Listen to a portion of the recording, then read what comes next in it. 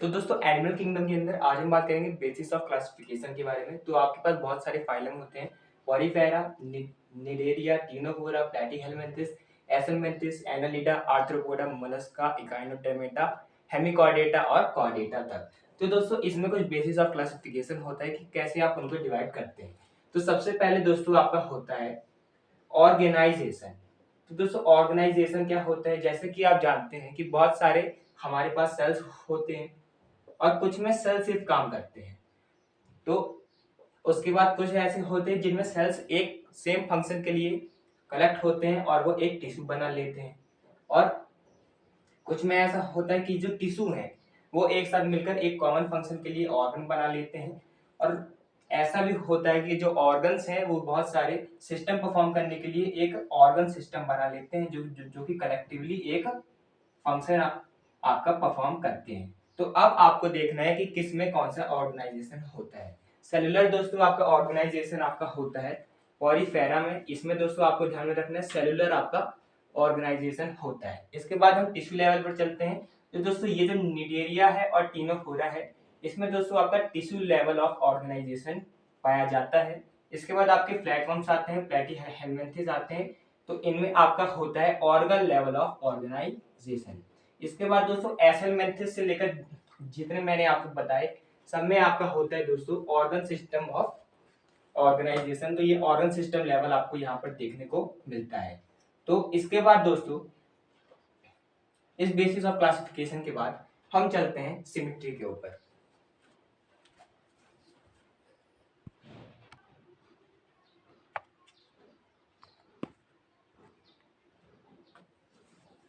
आगे बढ़ते हैं। तो दोस्तों आपको अब देखना है कि सिमेट्री के आधार पर हम कैसे डिवाइड करते हैं एनिमल्स को। तो दोस्तों सिमेट्री दो टाइप की होती है, पहली होती है रेडियल, दूसरी होती है आपकी बाइलेटरल।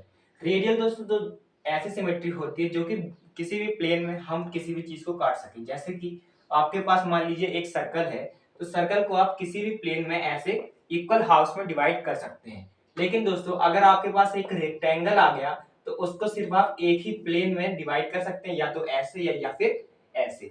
तो अब दोस्तों ऐसा ही कुछ एनिमल्स में भी होता है। जैसे कि हम दोस्तों टिनोफोरस की बात करें तो ऐसे आपको ये देखने को मिलते हैं कॉम जेलीज। तो आप इनको किसी भी प्लेन में काट सकते हैं। लेकिन जब आप बात करते हैं फैसियोला की, लिवर फ्लूक की, तो ये कुछ ऐसा होता है, इसको सिर्फ आप एक ही प्लेन में काट सकते हैं। तो अब हम देख लेते हैं कौन से फाइलम में बाइलेटरल सिमेट्री होती है और कौन से में रेडियल सिमेट्री होती है। तो दोस्तों पॉलीफेरा जो आपका फाइलम है, जो सबसे पहला फाइलम है, इनमें दोस्तों बहुत टाइप की सिमेट्री पाई जाती है, इसलिए हम इनको एसिमेट्रिक भी कहते हैं। तो एसिमेट्रिक दोस्तों आपका सिर्फ पॉलीफेरा है, ये आपसे पूछ सकते हैं। निडेरिया और टिनोफोरा ये दोस्तों आपके रेडियली सिमेट्रिकल होते हैं। इसके बाद दोस्तों आपको जितने भी मिलेंगे वो सब आपको बाइलेटरली सिमेट्रिकल आपको देखने को मिलते हैं। तो बाइलेटरली सिमेट्रिकल में दोस्तों एक यहाँ पर एक्सेप्शन भी आता है, वो आपको दोस्तों ध्यान में रखना है। अगर मैं दोस्तों इकाइनोडर्मेटा की बात करूं, इकाइनोडर्मेटा में दोस्तों क्या होता है कि जो आपके जो एडल्ट्स हैं, जैसे दोस्तों इकाइनोडर्मेटा का बहुत ही अच्छा एग्जांपल आपका होता है स्टारफिश। तो जैसे कि मैंने यहाँ पर एक स्टारफिश बनाई, तो मैं स्टारफिश को भी किसी भी एंगल पर काट सकता हूँ। तो अब ये दोस्तों आपका क्या हो गया, रेडियल सिमेट्रिकल हो गया। तो ये आपको ध्यान में रखना है कि जो इनके एडल्ट्स हैं, इनके जो दोस्तों एडल्ट्स हैं देख लीजिए आप। तो यहाँ पर जो एडल्ट्स हैं वो आपके रेडियली सिमेट्रिकल होते हैं, लेकिन जो आपके जो लार्वे हैं वो आपके लार्वे जो हैं आपके वो बाइलेटरली सिमेट्रिकल होते हैं। ये आपको ध्यान में रखना है।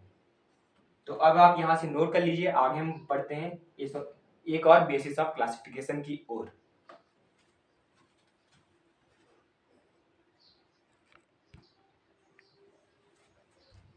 अगला दोस्तों आपका बेसिस ऑफ क्लासिफिकेशन है डिप्लोब्लास्टिक एंड ट्रिप्लोब्लास्टिक ऑर्गेनाइजेशन। तो दोस्तों ऐसा होता है कि जो हमारी जो बॉडी वॉल है और गट वॉल है उसमें 3 लेयर्स पाई जाती हैं, और कुछ एनिमल्स में आपकी 2 लेयर्स पाए जाते हैं। यहाँ पर दोस्तों मैं डिफरेंशिएटेड लेयर्स की बात कर रहा हूँ, यानी कि जो डिफरेंशिएटेड होती हैं अपनी फंक्शंस के लिए। तो यहाँ पर दोस्तों सबसे पहले हम बात करते हैं डिप्लोब्लास्टिक ऑर्गेनाइजेशन के बारे में। तो दोस्तों ये जो बाहर की आपकी जो लेयर होती है टिश्यू लेयर, इसको हम दोस्तों एक्टोडर्म कहते हैं। और ये जो दोस्तों आपकी अंदर की जो लेयर है उसको हम दोस्तों एंडोडर्म कहते हैं। तो दोस्तों अब इनमें क्या होता है कि ये जो बीच की लेयर है इसको हम कहते हैं मीजोग्लिया, और ये दोस्तों आपकी डिफरेंशिएटेड नहीं होती है इन केस ऑफ जो आपकी डिप्लोब्लास्टिक ऑर्गेनिजम्स हैं। तो इनमें जो डिफरेंशिएटेड लेयर्स हैं वो आपकी कितनी हो गई, 2 हो गई, तो इनको हम डिप्लोब्लास्ट कहते हैं। तो अब ट्रिप्लोब्लास्टिक की हम बात करते हैं। तो ट्रिप्लोब्लास्टिक में दोस्तों क्या होता है कि ये जो है आपकी डिफरेंशिएटेड लेयर होती है, इससे भी कुछ आपके ऑर्गन डिराइव होते हैं।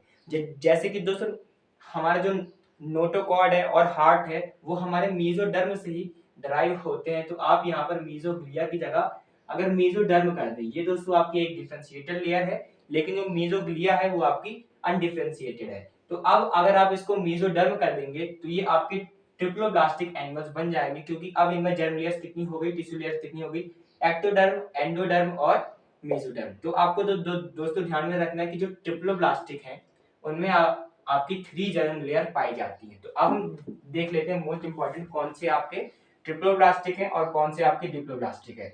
इसको दोस्तों अगर हम बात करें पॉलीफेरा फाइलम की, तो यहाँ पर दोस्तों कुछ भी पाया नहीं जाता है, क्योंकि दोस्तों इनमें टिश्यू लेवल ऑर्गेनाइजेशन होता ही नहीं है। तो अगर इनमें अगर टिश्यू लेयर होने लगी तो इनमें दोस्तों आपके टिश्यूज आ जाएंगे और ऑर्गन्स आ जाएंगे। तो यहाँ पर दोस्तों सेलुलर लेवल ऑर्गेनाइजेशन है, तो ये ना तो आपके डिप्लोब्लास्टिक है ना तो आपके ट्रिप्लोब्लास्टिक है। इन दोनों की दोस्तों हम बात करते हैं। तो इन दोनों जो है दोस्तों इनमें आपकी 2 लेयर्स पाई जाती है, तो इनको हम कहते हैं डिप्लोब्लास्टिक एनिमल्स। इसके बाद दोस्तों सभी आपके ट्रिप्लोब्लास्टिक एनिमल्स होते हैं। प्लेटीहेलमिन्थेस से लेकर दोस्तों आपके Aschelminthes, Annelida, Arthropoda, Echinodermata, Mollusca और हेमिकॉर्डेटा, कॉर्डेटा, तो ये आपके दोस्तों सभी आपके ट्रिप्लोब्लास्टिक होते हैं। तो यहां से लेकर दोस्तों ये भी आपके ट्रिप्लोब्लास्टिक ऑर्गेनिजम्स हो जाएंगे। तो आगे बढ़ते हैं हम, इसके बाद एक और बेसिस ऑफ क्लासिफिकेशन के साथ आगे बढ़ते हैं।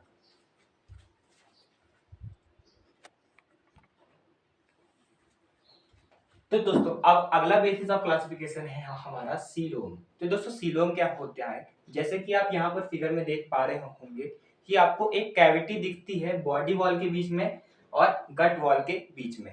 तो दोस्तों ये जो आपकी कैविटी है इसी को हम सीलोम कहते हैं। कुछ में ये होती है, कुछ में ये नहीं भी होती। तो जिनमें दोस्तों ये कैविटी आपकी पाई जाती है उसको हम कहते हैं सीलोमेट्स, और जिनमें नहीं पाई जाती उनको हम कहते हैं एसीलोमेट्स। और दोस्तों कुछ में ऐसा होता है कि जो कैविटी है वो आपकी कंटिन्यूअस नहीं है, जो आपके जो मीजोडर्म है जो इस कैविटी को लाइन करती है। अब आप इस फिगर में देख भी सकते हैं कि वो जो है एक स्कैटर्ड पाउचेस में आपको वो मीजोडर्म देखने को यहाँ पर मिलता है। तो इनको हम दोस्तों सीडोसिलोमेट्स कहते हैं। अब दोस्तों अब हम देखते हैं मोस्ट इंपॉर्टेंट पॉइंट अभी कॉम्पिटिशन के लिए भी जो है कि क्या आपका ये क्लासिफिकेशन में कौन से सीलोमेट्स हैं और कौन से एसीलोमेट्स हैं। तो दोस्तों सबसे पहले हम पॉलीफेरा की बात करते हैं। तो पॉलीफेरा जो है आपका दोस्तों एसीलोमेट होता है। पॉलीफेरा में आपका एसीलोमेट होता है, और दोस्तों इनमें जर्म लेयर्स ही नहीं है, तो इनमें सीलम की कोई बात ही नहीं है। निडेरिया और टिनोफोरा और एसेलमेंथ और प्लेटीहेलमिन्थेस ये सारे भी दोस्तों आपके एसीलोमेट्स होते हैं। यहाँ पर आपका सीलोम शुरू नहीं हुआ है। एसेलमेंथिस जो दोस्तों आपके राउंड गम्स होते हैं, ये दोस्तों बहुत इंपॉर्टेंट पॉइंट बनता है कि इनमें आपका सीडो सीलोम आपका देखने को मिलता है। जो आपका जो मेसोडर्म है वो आपका एक्टोडर्म और एंडोडर्म के बीच में आपका स्कैटर्ड पाउचेस के बीच में आपको देखने को मिलता है, बॉडी वॉल और गट वॉल के बीच में। इसके बाद दोस्तों अब जितने भी आप फाइलम ले लेंगे, एनालिडा से लेकर आर्थ्रोपोडा, मोलस्का, इकाइनोडर्मेटा, हेमिकॉर्डेटा, कितने भी आप फाइलम ले लें सब में दोस्तों आपको देखने को मिलता है कि ये सीलोमेट्स हैं। तो दोस्तों सीलोम की शुरुआत जो है आपको दोस्तों ध्यान में रखना है कि एनालिड्स में आपकी होती है। अब हम देखते हैं अगला basis of classification, metameric segmentation. आगे बढ़ते हैं।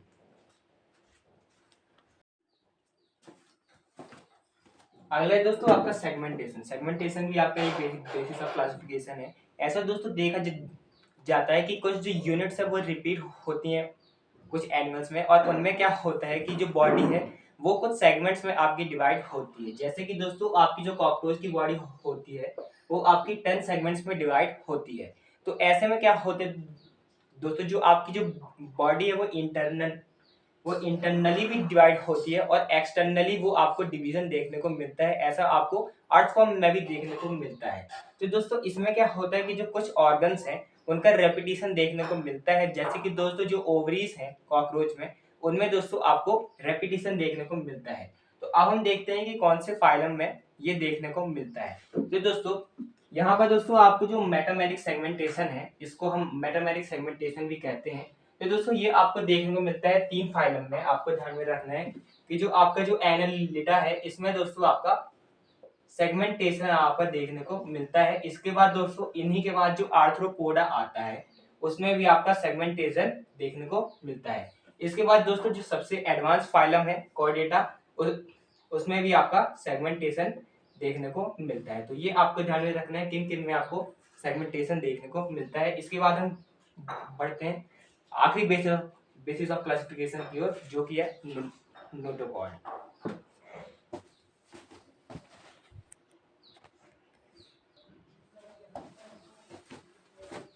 आखिरी बेसिस ऑफ क्लासिफिकेशन दोस्तों आपका होता है नोटोकॉर्ड का प्रेजेंस या फिर नोटोकॉर्ड का एब्सेंस। ये दोस्तों नोटोकॉर्ड होता क्या है, ये दोस्तों एक मेसोडर्म से डिराइव होने वाला ऑर्गन है, जो कि आपका बनता है डोर्सल साइड में एम्ब्रियोनिक स्टेजेस में। कुछ एनिमल्स में ये दोस्तों बनता है। डोर्सल मतलब दोस्तों जो बैक साइड होती है उसमें ये बनता है, और कुछ में ये परसिस्ट करता है, कुछ में ये परसिस्ट नहीं करता है, वो हम कॉर्डेटा में पढ़ेंगे।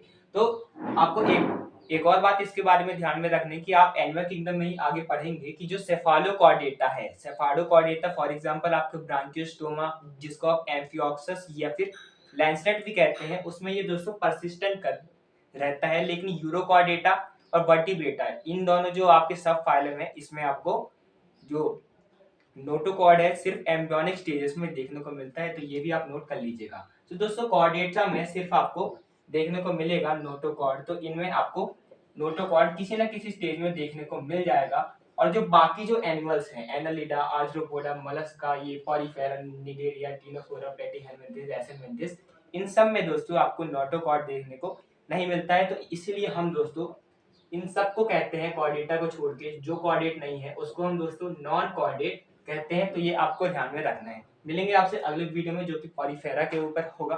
Thanks for watching, keep learning. अगर आपको वीडियो अच्छा लगे तो सब्सक्राइब कीजिएगा और शेयर कीजिएगा। Thanks for watching.